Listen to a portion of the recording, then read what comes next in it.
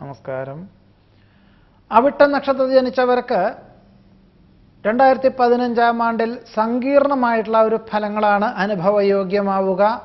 തന്മൂലം ഏതൊരു കാര്യങ്ങളിലും വളരെ ശ്രദ്ധയോടുകൂടി ഭക്തി ശ്രദ്ധാപുരസരം ഏതൊരു കാര്യവും സമീപിക്കുന്നത് വഴി അനിഷ്ടങ്ങളെ അതിജീവിച്ച് പൊതുവെ തൊഴിൽ മേഖലകളിൽ പുരോഗതി ഉണ്ടാകും.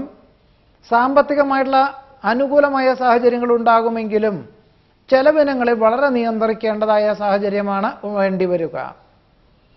ആശ്വാസകരമായിട്ടുള്ള പല ഘടകങ്ങളും വന്നു ചേരുമെങ്കിലും ഈശ്വര പ്രാർത്ഥനകളും ആത്മനിയന്ത്രണവും നിർബന്ധവുമായിട്ടും വേണ്ടതാണ്. വിദ്യാർത്ഥികൾക്ക് അലസത വർദ്ധിക്കുമെങ്കിലും ഈശ്വര പ്രാർത്ഥനകളാലും സരസ്വതി മന്ത്രം ജപിച്ച സാരസ്വതഘൃതം സേവിക്കുന്നത് വഴിയും അനിഷ്ടങ്ങളെ അതിജീവിച്ച് വിദ്യാഭ്യാസം അനുകൂലമായി തീരും. വിട്ടുവീഴ്ച മനോഭാവത്താൽ കുടുംബജീവിതത്തിൽ ആഹ്ലാദാന്തരീക്ഷം സംജാതമാകും. പല ദിനങ്ങളിലും രാത്രിയിലും ജോലി ചെയ്യുന്നത് വഴി തൊഴിൽ മേഖലയിലുള്ള അനിഷ്ടാവസ്ഥകൾ പരിഹരിക്കും.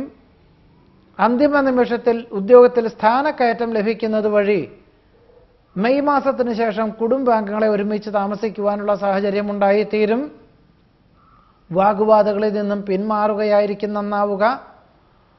വാസ്തവവിരുദ്ധമായിട്ടുള്ള തോന്നലുകളെ അതിജീവിക്കുവാൻ സുതാര്യതയുള്ള സമീപനം വേണ്ടിവരുവാനിടയുണ്ട്. ബാഹ്യപ്രേരണകളെ അതിജീവിക്കുവാനായിട്ട് വിട്ടുവീഴ്ച മനോഭാവവും വിദഗ്ധമായിട്ടുള്ള നിർദ്ദേശവും വേണ്ടിവരുവാനിടയുണ്ട്.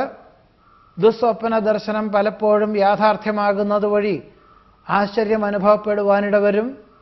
ആഗ്രഹിക്കുന്ന വിദേശയാത്രയ്ക്ക് പ്രാരംഭത്തിൽ തടസ്സം അനുഭവപ്പെടുമെങ്കിലും അന്തിമമായിട്ട് ജൂൺ മാസത്തിന് ശേഷം വിദേശയാത്ര സഫലമാകുവാനിടയുണ്ട്. അഹോരാത്രം പ്രവർത്തിക്കുന്നത് വഴി തൊഴിൽ മേഖലകളിലുള്ള അനിഷ്ടാവസ്ഥകൾ പരിഹരിച്ച് അനുഭവപ്രാപ്തി നേടുവാനിടയുണ്ട്.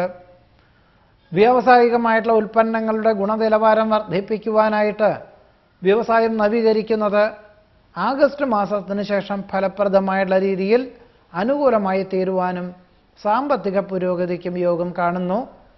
അവിട്ടം നക്ഷത്രക്കാരുടെ 2015 ആണ്ടിലെ ഫലങ്ങളാണ് പറഞ്ഞത്. നമസ്കാരം.